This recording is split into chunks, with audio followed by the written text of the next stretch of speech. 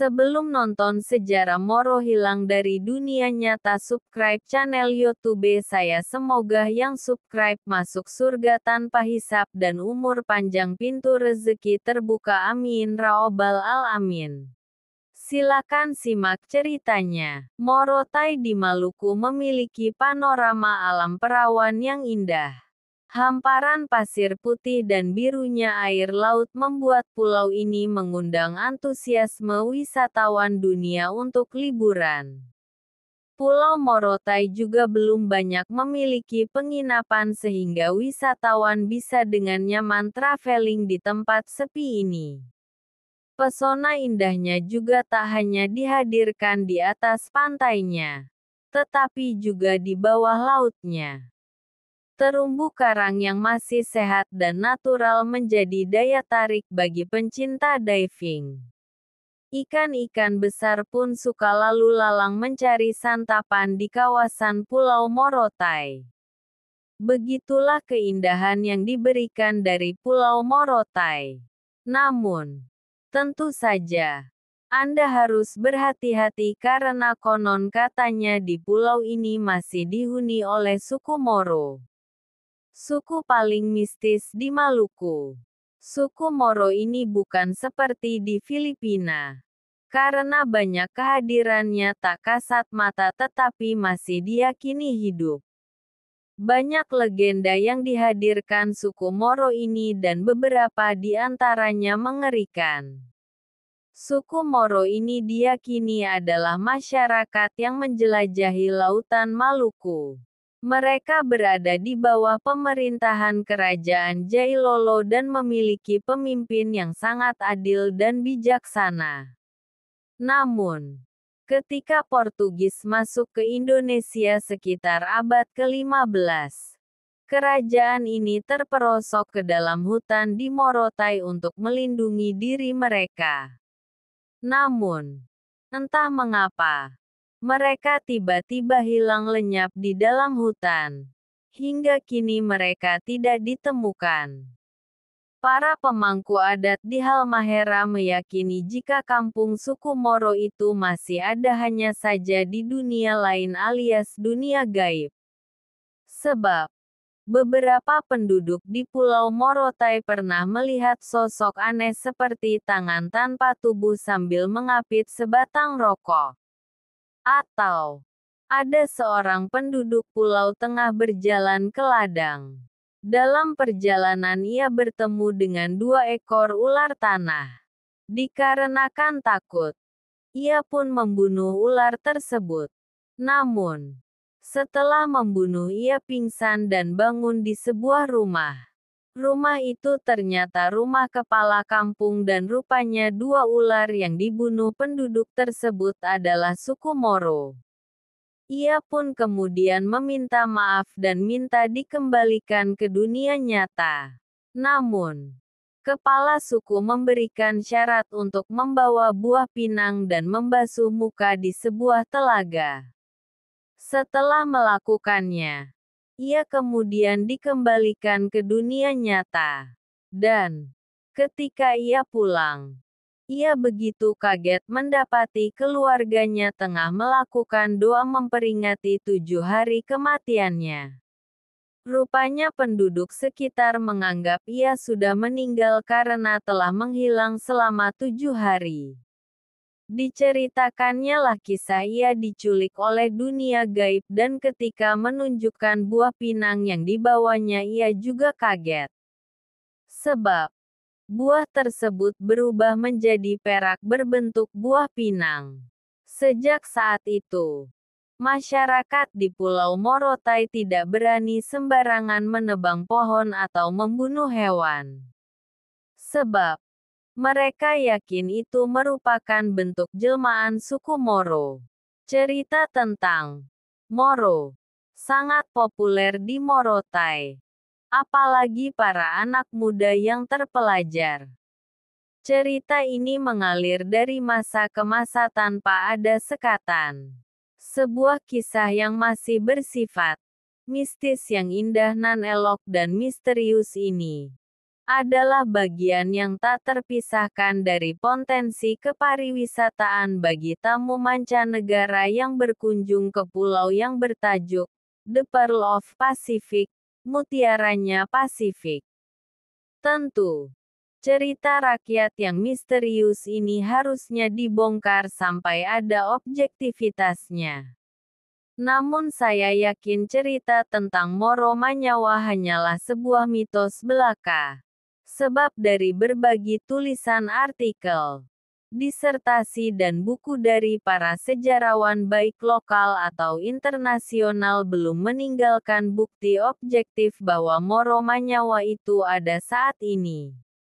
Misal ada orangnya, Kampung Moro, atau karya seni lokal yang autentik bahwa itu hasil dari pikiran bangsa Moro itu sendiri. Sekilas saya menelusuri berbagai referensi, misalnya seorang penulis kebangsaan Portugis Francois Valentin dalam bukunya Adnan Amal 2007. 26 bahwa asal mulanya suku Moro itu berasal dari beberapa warga yang memilih lari dari kekejaman, perpajakan dan penindasan yang dilakukan oleh Kerajaan Jailolo pada tahun-tahun 1250 sampai tahun 1534. Kerajaan itu basisnya Jailolo, Pornoti dan Govasa dan ekspansi wilayahnya meliputi Maluku Utara setelah menaklukkan Kerajaan Loloda. Lanjut cerita. Para pelarian tersebut kemudian tersebar di beberapa tempat, di antaranya Ternate, saat ini kita kenal desa Fora Madiahi, yang merupakan cikal bakal berdirinya Kerajaan Ternate. Di Kayoa yang saat ini kita kenal Kerajaan Bacan. Di Moti yang mendirikan Kerajaan Tidore, dan di Halmahera Utara, tepatnya di Mamuya yang merupakan cikal bakal berdirinya Halmahera Utara dan Morotai. Kalau dari perspektif sejarah Kerajaan Jailolo, maka kita dapat menemukan alur mobilitas manusia pada dikala itu. Di Mamuya, terdapat dua komunitas, yaitu Morodia dan Morodai. Sebagian masyarakat itu mengeksplorasi lautan sehingga dikenal Canga, menjaga teritorial laut dan sekaligus sebagai nelayan. Lalu dalam perjalanan ada yang menjadikan Morotai sebagai tempat peristirahatan. Seiring waktu berjalan, sebagian dari etnis Togale itu mendiami Pulau Morotai. Entah mungkin karena kekayaan hayati lautnya, kesuburan tanahnya, ataukah dikarenakan ada konflik di Kerajaan Mamuya di Halmahera Utara. Mereka hidup di pulau nan indah ini yang meneteskan generasi hingga hari ini. Tetapi herannya, jika orang Morotai itu benar awalnya dari suku Moro, maka tentu mayoritas masyarakat saat ini pasti mempunyai kemampuannya yang gaib, atau katakanlah bisa terbang dan menghilang. Tetapi faktanya masyarakat Morotai asli yang terbentang dari Teluk Wayabula hingga Sangowo dan bahkan Bere-Bere ialah orang biasa yang bukan anak cucu Moro tersebut, orang gaib. Sepanjang penelusuran tulisan yang ada di berbagai referensi, ternyata belum ada konektivitas yang rasional bagi saya. Tentu ini bukan hal yang mudah jika kita berbicara soal Moro Manyawa, manusia Moro atau orang yang gaib itu. Misteri ini sangatlah apik yang mengundang etos pikir yang harusnya lebih detail dalam membongkarnya. Tapak-tapak sejarah di abad 13, 16, 17 sampai 18 ternyata belum cukup untuk membongkarnya. Saya pun terpikir jangan-jangan ini ada hubungannya dengan efek dari peperangan dahsyat antara Sekutu vs Jepang di tahun-tahun 1944 sampai tahun 1945. Sebab, dalam biografi peperangan, Battle of Morotai, sebuah tragedi yang begitu pilu bagi negara yang berjulukan Matahari Terbit itu. Kekalahan Jepang atas Amerika Serikat dan sekutunya itu berakhir tanpa syarat, yang ditandai dengan hancurnya Hiroshima dan Nagasaki 6–9 Agustus tahun 1945. Dari 600 tentara Jepang yang dihantam habis-habisan oleh sekutu, tersisa 40 tentara yang melarikan diri ke hutan. Peperangan awalnya di pantai Wawama dan Juanga, kemudian dipukul mundur oleh sekutu sampai ke puncak Hill 40, saat ini dikenal Desa Nakamura. Perang tersebut memakan banyak korban baik dari Jepang maupun sekutu. Pertempuran dimulai pada tanggal 15 September tahun 1944 sampai tanggal 9 Agustus tahun 1945.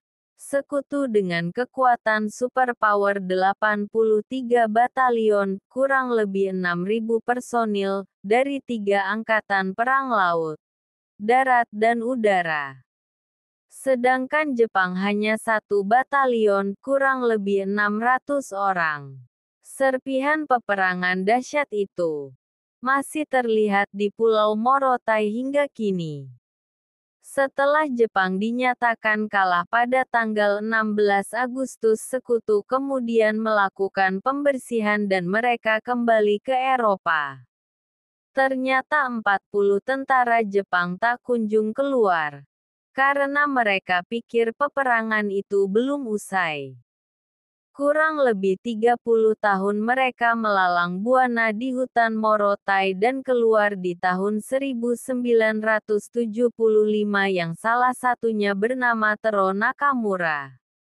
Para tentara Jepang itu terlatih dengan kecepatan menghilang, berlari, dan berkamuflase dengan alam. Bisa jadi karena ketakutan ketika melihat masyarakat, lalu menghilang sekejap mata yang membuat warga lokal pun terkaget. Kemudian banyak arwah gentayangan yang ada saat itu. Sebab banyak pasukan dari kedua pihak yang mati secara tragis dalam peperangan. Lalu arwah-arwah itu menghantui para petani. Akhirnya, warga lokal sekitar Desa Pilowo, Wawama, Gotalamo, Joubela dan lain-lain. Saat mereka melihat orang yang tampan parasnya di hutan tetapi tiba-tiba menghilang padahal mereka adalah bagian dari 40 tentara Jepang yang bertahan hidup di hutan Morotai. Nah, dari peristiwa yang sering terjadi ini, akhirnya warga menceritakan di kampung setelah dari kebun. Cerita-cerita ini banyak terjadi di era 70-an sampai 90-an. Banyak tetua di desa yang bercerita tentang kampung Moro, orang Moro, dan seterusnya. Terkadang cerita dalam bentuk orang menghilang atau dari hewan liar yang ditemukan, bahwa itu orang Moro jangan dibunuh dan seterusnya pula. Dari cerita para tetua, orang Morotai, itulah saya teringat sebuah kisah mitologi Cina oleh Hegar Faltmar Revaldo dalam bukunya, Mitologi Dunia, bahwa di masa kejayaan Kaisar Wu di era dinasti Han, ada mitos tentang dewa, Luban. Sosok itu diyakini sebagai seorang dewa. Padahal ia hanyalah seorang manusia biasa yang keahliannya sebagai arsitektur sekaligus pekerja lapangan.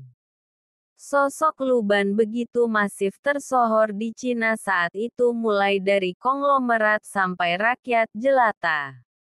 Mahakaryanya adalah keindahan jembatan Zhaozuo di Tiongkok dan bahkan dipercaya ia dapat membuat skor burung bangau putih yang dapat terbang sejauh 500 m.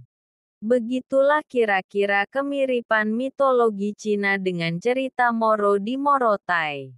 Tetapi itu pun belum membuat benak saya terlepas dari pertanyaan apa benar orang Moro itu ada.